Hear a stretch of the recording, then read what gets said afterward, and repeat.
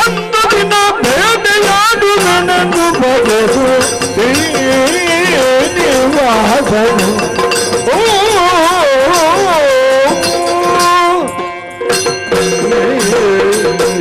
ಎನ್ನ ಸಕಲೇ, ಓ ಸಖಿಯೇ, ಓ ಎನ್ನ ಮಿತ್ರನೇ, ಮಿಶ್ರನೇ, ಈಗ ಹೇಳಬೇಕು ನೀನು. ಏನು ಹೇಗಾಯ್ತು ಅಂತ ಹೇಳು. ಇಷ್ಟು ತನಕ ಹೇಗೆ ಆಗಿದೆ ಅನ್ನೋದು ನಮಗೆ ಮುಖ್ಯ ಅಲ್ಲ.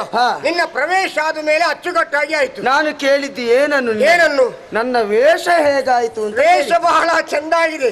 ಆದ್ರೆ ಈ ವೇಷ ಮಾಡೋದಕ್ಕಿಂತ ನೀನೊಂದು ಸ್ತ್ರೀ ವೇಷವನ್ನು ಮಾಡಿಕೊಂಡು ನಿಲ್ತಿದ್ರೆ 4 ಜನ ಹುಡುಗರು ನಿನ್ನ ಹಿಂದೆ ಬರ್ತಿದ್ರು. ಈ ಸ್ತ್ರೀ ವೇಷ ಮಾಡಿದ್ರೆ ಅಷ್ಟೊಂದು ಲಾಭ ಉಂಟ? ಹೌದು. ಏನಪ್ಪ? ಈ ವೇಷವನ್ನು ಮಾಡಿ ನೀನು ಎಷ್ಟೇ ಕುಂಚಟ್ಟ ಹಾರು, ಯಾರು ನಿನ್ನನ್ನು ಮೂಸುವರಿಲ್ಲ. ಅದೇ ಒಂದು ಸ್ತ್ರೀ ವೇಷ ಮಾಡಿಕೊಂಡು 4 ಸಲ ತಳುಕು ಪೊಳಕ್ ಅಂದ್ರೆ ಸಾಕು. 4 ಜನ ಹುಡುಗರು ಎದ್ದು ಬಂದು ನೀವು ಹೆಣ್ಣಿನಾಗೆ ಕಾಣ್ತೀರಿ, ಎಷ್ಟು ಚಂದ ಇದ್ದೀರಿ ನೀವು, ಎಷ್ಟು ಇಂಪಾದ ನಿಮ್ಮ ಶರೀರ. ಶರೀರ ಇಂಪ. ಹೌದು. ಮತ್ತೆ ಧ್ವನಿ ಎಂತದ್ದು? ಕೋಮಲ. ಅಷ್ಟೇ ಅಲ್ಲ, ನಿಮಗೆ ಉಮೇದುಂಟಾ? ಇದ್ರೆ. ಪುರುಷತ್ತುಂಟಾ? ಅದು ಇದ್ರೆ. ಒಂದು ಬದಿಗೆ ಹೋಪ. ಅದು ಬದಿಗೆ ಹೋಗುದು ಯಾಕೆ? ಬೇರೆ ಯಾರಾದ್ರೂ ನೋಡಿದ್ರೆ ಇವನಿಗೆ ಸ್ತ್ರೀ ವೇಷದ ಹುಚ್ಚು ಜೋರುಂಟು ಅಂತ ತಮಾಷೆ ಮಾಡ್ತಾರೆ. ಆದ್ರೂ ಮಾತಾಡುವ ಹಠ ಉಂಟವನಿಗೆ. ಅದು ಒಂದು ಬದಿಗೆ ಹೋಪ ಅಂತೇಳಿ ಮಾತಾಡಿಕೊಂಡು ಇಂಥ ದಿವಸ ಸಿಗ್ತೇನೆ ಅಂತೇಳಿ ನಿಘಂಟು ಮಾಡಿಕೊಂಡು ಸ್ತ್ರೀವೇಷದವನ ಹಿಂದೆ ಅವನ ಪೆಟ್ಟಿಗೆ ಹತ್ರ ಬಂದು ಕೂತು ಸ್ತ್ರೀವೇಷದವ ತರಿಸಿಕೊಟ್ಟ ತಂಪು ಪಾನೀಯವನ್ನು ಈ ಅಭಿಮಾನಿಯೇ ಕುಡಿದು ಇನ್ನೊಂದು ದಿವಸ ಸಿಗ್ತೇನೆ ಅಂತೇಳಿ ಎದ್ದು ಹೋಗುವಾಗ ಸ್ತ್ರೀವೇಷದವನ ಪಾದರಕ್ಷೆಯನ್ನು ಈ ಅಭಿಮಾನಿಯೇ ಹಾಕೊಂಡು ಹೋಗಿ ಪಾಪ ಸ್ತ್ರೀವೇಷದವ ಎಲ್ಲ ತೆಗೆದು ಶಿಕ್ಷಿಕೆ ನೋಡುವಾಗ ಅಭಿಮಾನಿಯಿಂದ 400 ನಷ್ಟ.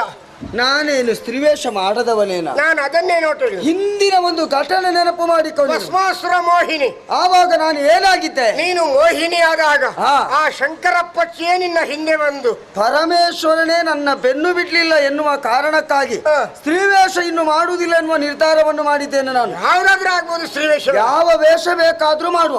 ಸ್ತ್ರೀವೇಷ ಒಂದು ನಮ್ಮದಿಲ್ಲ ಇನ್ನು. ಹಾಗಿದ್ರೆ ಇದು ವೇಷ ಅಂತಾದ್ರೆ ನಮ್ಮ ನಿಜ ಯಾವುದು? ಯಾವುದು?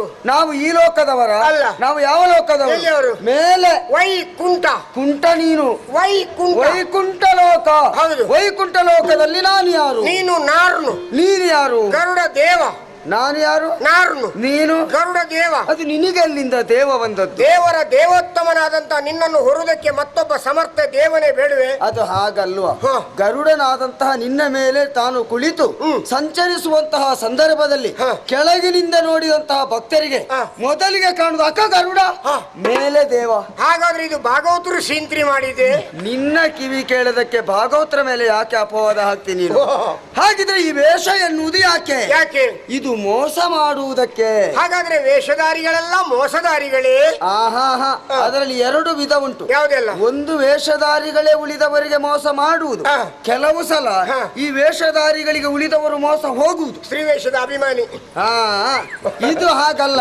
ತಮಗಾಗುವಂತಹ ಮೋಸವನ್ನು ತಪ್ಪಿಸಿಕೊಳ್ಳುವಲ್ಲಿ ಈ ವೇಷ. ಹೌದಾ? ಅಂದ್ರೆ ಯಾರ್ಯಾರಿಗಲ್ಲ. ನನ್ನ ಹೆಂಡತಿಗೆ ಮೋಸ ಮಾಡುವುದಕ್ಕೆ ಹೊರಟದ್ದು ನಾನು. ಎಲ್ಲಿಯಾದ್ರೂ ಜೀರುಂಡೆವಂತ ಹೇಗೆ? ಏನು ಮಳೆ ಪ್ರಾರಂಭ ಆಯ್ತು? ಮತ್ತೆ ಆ ಧ್ವನಿ ಎಲ್ಲಿಂದ? ಅದು ಒಳಗಿಂದ ಉಕ್ಕಿ ಬರುದು. ಯಾಕೆ ನಗಾಡಿದ್ ಯಾಕೆ? ಯಾರಾದ್ರೂ ಮನೆ ಹೆಂಡತಿಗೆ ಮೋಸ ಮಾಡ್ತಾರ? ಅದರ ಅರ್ಥ ಹೋದಲ್ಲೆಲ್ಲ ಹೆಂಡತಿದ್ದಾಳೆ ಅಂತ ಹೇಳಿಯ? ಒಂದು ಪ್ರಶ್ನೆ. ಹೆಂಡತಿಗೆ ಮೋಸ ಮಾಡುವುದಂದ್ರೆ ಏನು? ಏನು? ವೈಕುಂಠವನ್ನು ತೊರೆದಂತಹ ಲಕ್ಷ್ಮಿ ನೇರವಾಗಿ ಧರೆಗಿಳಿದಿದ್ದಾಳೆ, ಕರವೀರಪುರದಲ್ಲಿದ್ದಾಳೆ ಎನ್ನುವ ವರ್ತಮಾನ ತಿಳಿದಿದೆ. ಆದ್ರೆ ಅವಳ ಅಂತರಂಗ ಏನು, ಅವಳ ಭಾವನೆ ಏನು, ಇದನ್ನು ನಾವು ತಿಳ್ಕೊಂಡು ವ್ಯವಹರಿಸಬೇಕಾದ್ದು ಈ ಭೂಲೋಕದ ಧರ್ಮ ತಾನೆ. ಗಂಡನಾದವನಿಗೆ ಹೆಂಡತಿ ಮನಸ್ಸು ಅರ್ಥ ಮಾಡಿಕೊಳ್ಳಿಕ್ಕೆ ಕಷ್ಟವಾ? ಬೇಡ, ನಿನ್ನಲ್ಲಿ ಒಂದು ಪ್ರಶ್ನೆ ಕೇಳ್ತೇನೆ. ಏನು? ಮನೆಯಲ್ಲಿ ಗಂಡ ಹೆಂಡತಿಗೆ ಜಗಳವಾಗಿ ಹೆಂಡತಿ ಕೋಪ ಮಾಡಿಕೊಂಡು ತನ್ನ ತವರು ಮನೆಯನ್ನು ಸೇರಿದ್ಲು ಅಂತಾದ್ರೆ ಈ ಗಂಡನಾದವ ಏನು ಮಾಡಬೇಕು? ಅವಳ ಅಪ್ಪನ ಹತ್ರ ಇವನ ಮಾವನ ಹತ್ರ ಮಾತಾಡಿ ಅವಳನ್ನು ಕರೆತರಬೇಕು. ಮತ್ತೆ ಮರು ದಿವಸ ಜಗಳ ಮಾಡಿ ಹೋದ್ರೆ ಊರವರನ್ನು ಒಟ್ಟು ಸೇರಿಸಿ ರಾಜ್ಯ ಪಂಚಾಯತ್ಗೆ ಮಾಡಿ ಅವಳನ್ನು ಕರೆತರಬೇಕು. ಒಟ್ಟಿನಲ್ಲಿ ಇವನ ಆಯುಷ್ಯ ಪೂರ್ತಿ ಇದೆ. ಆದ್ರೆ ಇವನ ಚೀಲ ಹಿಡ್ಕೊಂಡು ತಿರುಗುದೇ ಆಯ್ತು. ನೀನಾದ್ರೂ ತಿರುಗಬಹುದು, ಎಲ್ಲರಿಗೂ ಆಗ್ತದದು. ನಾನು ಕಿಸಿ ಕೈ ಹಾಕೊಂಡು ಹೋಗುದು. ಚೀಲ ಇಲ್ಲದಿದ್ರು ತಿರುಗುದು ತಿರುಗುತ್ತಾ ಇರ್ತೀಯಲ್ಲ. ಹೌದು, ಕಿಸಿ ಉಂಟಲ್ಲ. ಏನ್ ಮಾಡ್ಬೇಕು? ಒಂದು ದಾರಿ ಉಂಟು. ಏನ? ಬುದ್ಧಿವಂತ ಗಂಡನಾದವ ಯಾವುದೇ ಕಾರಣಕ್ಕೆ ಹೆಂಡತಿಗೆ ಹೊಡಿಬಾರ್ದು, ಹೆಂಡತಿಗೆ ಬೈಬಾರ್ದು. ಹಾಗಿದ್ರೆ ಅದಕ್ಕೆ ಶಿಕ್ಷೆಯೇ ಇಲ್ಲ ಅಂತ ಆಯ್ತು. ಉಂಟಪ್ಪ, ಉಂಟು. ಹೌದಾ? ಮಾನಸಿಕ ಚಿತ್ರಹಿಂಸೆ. ಮಾನಸಿಕ ಹೌದು. ಅಂದ್ರೆ ಅರ್ಥ ಆಗ್ಲಿಲ್ಲ ನನಗೆ. ಒಂದು ವಾರ ಗಂಡ ಚಾಪೆ ಹಿಡ್ಕೊಂಡು ಹಾ. ಅಂಗಳದಲ್ಲಿ ಕೌಚಿ ಮಲಗಿದ್ರೆ ಆಯ್ತು. ಈಗ ಮಾನಸಿಕ ನಿನಗೆ. ಯಾಕೆ? ಇಲ್ಲದಿದ್ರೆ ಗಂಡ ಅಂಗಳದಲ್ಲಿ ಮಲಗುವುದಕ್ಕೂ ಹೆಂಡತಿಗೆ ಶಿಕ್ಷೆ ಆಗುವುದಕ್ಕೂ ಏನು ಸಂಬಂಧ? ಸಂಬಂಧ ಉಂಟು. ಏನು? ಅವಳು ಯೋಚನೆ ಮಾಡ್ತಾಳೆ, ಏನಂತ? ಎಷ್ಟೇ ಜಗಳ ಆದ್ರೂ ನಮ್ಮ ಯಜಮಾನರು ಮನೆಯೊಳಗೆ ಬಂದು ಮಲಗ್ತಿದ್ದವರು ಹಾ. ಈಗೀಗ ಅಂಗಳದಲ್ಲಿ ಮಲಗ್ತಾರೆ ಅನ್ನೋದ್ರ ಅರ್ಥ ಏನು? ಏನು? ಪಕ್ಕದ ಮನೆಯ ಮೀನಾಕ್ಷಿಗೂ ನಮ್ಮ ಯಜಮಾನರಿಗೂ ಒಳಕೈ ಉಂಟು. ಹಾ, ಒಂದು ಸಣ್ಣ ಸಂದೇಹ. ಸಾಕು, ಅವಳಿಗೆ ಸಾಕಿ. ಹೆಣ್ಣು ಮಕ್ಕಳಿಗೆ ಅಷ್ಟು ಸಿಕ್ಕಿದ್ರೆ ಸಾಕು. ಹೌದು. ಹಾ. ಈ ಪುಣ್ಯಾತ್ಮ ಕಾಲ್ ಮೇಲೆ ಕಾಲ್ ಹಾಕೊಂಡು ಒಳ್ಳೆ ಇಬ್ಬನಿ ತಲೆ ಮೇಲೆ ಬಿದ್ರು ಗೊರಕೆ ಹೊಡಿತಾ ಇರ್ತಾನೆ. ಇವ ಮಲಗಿದ್ದ ಅಂಗಳದಲ್ಲಿ ಅಲ್ವಾ? ಹೌದು. ನಿದ್ದೆ ಬಾರದೆ ಇದ್ದಿತ್ತವ. ಯಾಕಂದ್ರೆ ಹಾ. ಈ ಮದುವೆಗೆ ಒಂದು ಮದ್ರೆಂಗಿ ಇಡುದು ಅಂತ ಉಂಟು. ಹಾ. ಮದ್ರೆಂಗಿ ಇಡುವ ಮೊದಲನೇ ದಿವಸ ಒಂದು ಒಳ್ಳೆ ಸುಖ ನಿದ್ರೆ ಮಾಡಿದ್ದಾರೆ. ಹಾ. ಮತ್ತೆ ಹೆಂಡತಿ ಹತ್ರ ಜಗಳ ಮಾಡಿದಾದ್ಮೇಲೆ ಸುಖ ನಿದ್ರೆ ಮಾಡುದು. ಹಾ, ಹಾ. ಮಧ್ಯದಲ್ಲಿ ಉಪ್ಪು ನೀರು ಬಿದ್ದ ಎರೆ ಹುಳಿದಾಗ ಇಂಚೂಂದು ಒದ್ದಾಟ ಹೇಳಿ ಪ್ರಯೋಜನ ಇಲ್ಲ. ಹಾ, ಹಾ. ಹಾ. ಹಾಗೆ ಅವಳು ಆಗಾಗ ಕಿಟಕಿ ಬಾಗಿಲು ತೆರೆದು ನೋಡ್ತಾಳೆ. ಹಾ. ನಮ್ಮ ಯಜಮಾನರು ಅಂಗಳದಲ್ಲಿ ಮಲಗಿದ್ದಾರ, ಪಕ್ಕದ ಮನೆ ಮೀನಾಕ್ಷಿ ಮನೆಗೆ ಹೋಗಿದ್ದಾರ. ಹಾ. ಇವನು ಒಳ್ಳೆ ಗೊರಕೆ ಹೊಡಿತಾ ಇದ್ದಾನೆ. ಹಾಗೆ ಹೋಗ್ತಾ ಬರ್ತಾ ಒಂದು ವಾರ ಹಾ. ಮನೆ ಹೆಂಡತಿ ನಿದ್ರೆ ಬಿಟ್ರೆ ಇಷ್ಟು ತೋರ ಇದ್ದವಳು ಇಷ್ಟು ಸಪೂರ ಆಗ್ತಾಳೆ.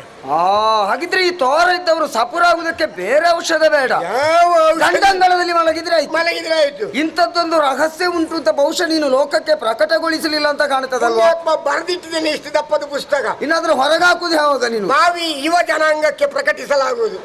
ಆದ್ರೆ ಇಷ್ಟು ಸುಲಭದ ದಾರಿ ಉಂಟಲ್ಲ ಈ ತೋರ ಇದ್ದವರು ಸಪುರಾಗುವುದಕ್ಕೆ? ಇನ್ನು ಕೆಲವರೆಲ್ಲ ನೋಡ್ಬೇಕು, ನಮ್ಮಲ್ಲಿ ಎಂತೆಂತವರು ಇದ್ದಾರೆ. ಹಾ. ನಮ್ಮಲ್ಲವರು ಭಾಗವತರು ಇದ್ದಾರೆ. ಹಾ.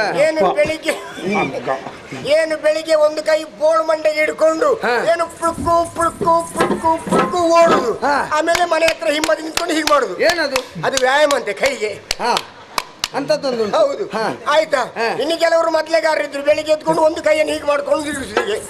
ಅದು ಯಾಕಂತೆ? ನಾಳೆ ದಿವಸ ಮೊದಲೇ ಬಡಿಲಿಕ್ಕೆ ಬೇಕಾಗಿ ನರ ಸಟ್ಲಾಗ್ಲಿಕ್ಕೆ. ಹೌದು. ಅದೊಂದು ವ್ಯಾಯಾಮ ಅದಕ್ಕೆ. ಹೌದು. ಹಾ. ಇನ್ನು ಕೆಲವರಿದ್ದಾರೆ ನಮ್ಮಲ್ಲಿ ತೋರಲ್ಲಿ ಇಷ್ಟು ತೋರದವರು. ಹಾ. ಅವ್ರೇನು ಬೆಳಿಗ್ಗೆ ಎದ್ದು ಅನ್ನೋದು. ಏನದು? ಅದು ರಾತ್ರಿಗೆ ತಿಂದದ್ದು ಹಾ. ಕೆಟ್ಟ ವಾಸನೆ ಹೊರಗೆ ಬರ್ಲಿಕ್ಕೆ ಬೇಕಾಗಿ ಹಾಗೆ ಮಾಡುದಂತೆ. ಅವ ರಾತ್ರಿ ಏನ್ ತಿಂದಿದ್ದಾನಪ್ಪ? ಸತ್ತ ಕಂದಡಿ ಯಾವೇ ತಿಂದಿರ್ಬೇಕು. ಪಕ್ಕ ಯಾರಾದ್ರೂ ಮಲಗಿದವೆ ಎತ್ತರಗೊಂಡ್ರೆ ಇವನಿಗೆ ಹುಚ್ಚು ನಾಯಿ ಕಚ್ಚಿದೆ ಅಂತ ತಿಳ್ಕೊಳ್ಬೇಕು. ಹಾ. ಕೇಳಿದ್ರೆ ಶುನಕಾಸನ ಅಂತ ಒಂದು ಉಂಟ. ಇನ್ನು ಬೇರೆ ವಿಧಾನ ಉಂಟಾ? ಹೌದು. ಹಾ. ಇನ್ನು ಕೆಲವರು ನೋಡ್ಬೇಕು, ಮಲಗಿದಲ್ಲಿ ಪರ್ರ ಪರ್ರ ಪರ್ರ ಅನ್ನೋದು. ಎಲ್ಲಿಗೆ? ಚಾಪೆಗ? ಚಾಪೆಗೆ ಕಾಲ್ ತಿಕ್ಕುದು. ಅದು ಯಾಕೆ? ಪಕ್ಕದವ ಸುಖ ನಿದ್ರೆ ಮಾಡ್ತಿದ್ದಾನಲ್ಲ, ಹಾ. ಅವನಿಗೆ ಎಚ್ಚರ ಆಗ್ಬೇಕೆನ್ನೋ ಕಾಲಕ್ಕೆ ಪರ್ರ ಪರ್ರ. ಇವನಿಗೆ ನಿದ್ದೆ ಇಲ್ಲ, ಅವ ಯಾಕೆ ಮತ್ತೆ ನಿದ್ದೆ ಮಾಡುದು? ಅವನು ಹೇಳಿ ಅಂತ. ಹೌದು. ಹಾ. ಇನ್ನು ಕೆಲವರು ಬೆಳಿಗ್ಗೆ ಎದ್ದು ಕೈಯಲ್ಲಿ ಕೋಲ್ ಇಟ್ಕೊಂಡು ಪುಳ್ಕು ಪುಳ್ಕು ಪುಳ್ಕು ಓಡುದು. ಕೈಯಲ್ಲಿ ಕೋಲಿ ಯಾಕೆ? ಪಕ್ಕದವರ ನಾಯಿ ಕಚ್ಚದಿರಲಿ ಎಂಬ ಎಚ್ಚರಿಕೆ. ಇವನಿಗೆ ಓಡುವಾಗ ಅದೊಂದು ಎಚ್ಚರಿಕೆ ಗೊತ್ತಿರ್ತದೆ, ನಾಯಿ ಉಂಟು ಅಂತ. ಹೌದು. ಹಾ. ಮಿತ್ರ, ಹಾ. ಇದೆಲ್ಲ ಬೇಕಾ ಶರೀರಕ್ಕೆ? ಬೇಡಪ್ಪ. ಹಾ. ಒಂದು ಸರಿಯಾದ ಮುಖದಲ್ಲಿ ಯಾವತ್ತು ಒಂದು ಮುಗುಳ್ನಗೆ, ಹಾ. ಒಳ್ಳೆಯ ನಾಲ್ಕು ಮಾತು, ಹಾ. ಮಿತವಾದಂತಹ ಒಂದು ನಿದ್ರೆ, ಹಾ. ಇಷ್ಟನ್ನು ಯಾರು ಮಾಡ್ತಾರ ಅವರಿಗೆ ಯಾವ ರೋಗ ಆದ್ರೂ ಬರ್ತದ? ರಕ್ತದೊತ್ತಡ ಬರುವುದಿಲ್ಲ. ಹಾ. ಯಾವುದೇ ಗಂಟು ನೋವುಗಳು ಬರುವುದಿಲ್ಲ. ಸಾಧ್ಯ ಇಲ್ಲ. ಹೃದಯಾಘಾತ ಆಗುವುದಿಲ್ಲ. ಹಾ. ನರನಾಡಿಗಳಲ್ಲಿ ರಕ್ತ ಸಂಚಾರ ನಿರಂತರವಾಗಿ ಆಗ್ತದೆ. ಹಾ. ಮುಖದಲ್ಲಿ ಯಾವಾಗಲೂ ಕಾಂತಿಯುಕ್ತವಾಗಿ ಇರ್ತದೆ. ಮತ್ತೆ ಎಲ್ಲರ ಮನೆಗೆ ಹೋಗ್ಬೇಕು. ಏನ? ಯಜಮಾನ್ರು ಇದ್ದಾರಮ್ಮ? ಇಲ್ಲ. ಎಲ್ಲೋಗಿದ್ದಾರೆ ಅಮ್ಮ? ನನ್ನ ಹತ್ರ ಹೇಳ್ತಾರ? ಆಮೇಲೆ ಗಣಿಸೇ ಅದೇ.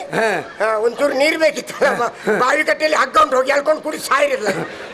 ಇಂಥವರು ಮನೆಯಲ್ಲಿದ್ರೆ ಆ ಮನೆಗೆ ಬೇರೆ ರೋಗ ಬೇಕಾ? ಗಂಡ ಹೋದವ ಹಿಂದೆ ಬರುದು ಇವರು ಕುಟುಂಬದವರು ಮಾಡಿದ ಪುಣ್ಯದಿಂದ, ಇವ್ರು ಮಾಡಿದ್ದಲ್ಲ. ಮಿತ್ರ, ಬೆಲ್ಲ ಇಲ್ಲದಿದ್ರು ಬೆಲ್ಲದಂತ ಮಾತು ಬೇಕಂತ ತಿಳಿದವರು ಹೇಳಿಲ್ವಾ? ಮತ್ತೆ ಹೌದು. ಆದ್ರೆ ಒಂದುಂಟು, ಹಾ. ನೀನೀಗ ಇಷ್ಟು ಹೇಳಿದ್ಯಲ್ಲ, ಈ ವಿಧಾನ ಎಲ್ಲ ಭೂಲೋಕದ ಸಾಮಾನ್ಯ ಮನುಷ್ಯರಿಗೆ ಅಂತ ಆದ್ರೆ ಸರಿ, ಹಾ. ನಮ್ಮಂತವರಿಗೆ ಹಾಗಾಗುವುದಿಲ್ಲ. ಇಲ್ಲ. ಅದಕ್ಕಾಗಿಯೇ ಚಂದದಿಂದ ಕಿರಾತ ರೂಪವನ್ನು ಧರಿಸಿಕೊಂಡಿದ್ದೇನೆ. ಅಚ್ಚುಕಟ್ಟಾಗಿದೆ. ನಾವು ವೇಷ ಮಾಡಿದ್ರೆ ಸಾಕ? ಮತ್ತೆ? ವೇಷಕ್ಕೆ ಸರಿಯಾಗಿ ನಮ್ಮ ವರ್ತನೆ ಬೇಕು. ಕಿರಾತರಂದ್ರೆ ಕಿರಾತರ ಉದ್ಯೋಗ ಏನು? ಬೇಟೆಯಾಡುದು. ಬೇಟೆಯಾಡುವುದು ಎಲ್ಲಿ? ಎಲ್ಲಿ? ಪೇಟೆಯಲ್ಲಿ ಜಾಗ ಇಲ್ಲ. ಬೇಟೆಯಲ್ಲಿ ಯಾರಾದ್ರೂ ಬೇಟಾಡ್ತಾರೆ? ಆಗುದಿಲ್ಲ. ಹಾಗಿದ್ರೆ ಕಾಡಿಗೆ ಹೋಗಬೇಕು. ಹೌದು. ಕಾಡಿಗೆ ಹೋಗಬೇಕು ಅಂತಿದ್ರೆ ಅದಕ್ಕೊಂದು ವ್ಯವಸ್ಥೆ ಅಂತ ಬೇಡವಾ? ಬೇಕಪ್ಪ.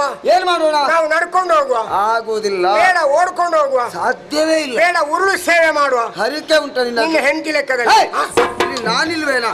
ಏನ್ ಮಾಡೋಣ? ಏನ್ ಮಾಡೋಣ?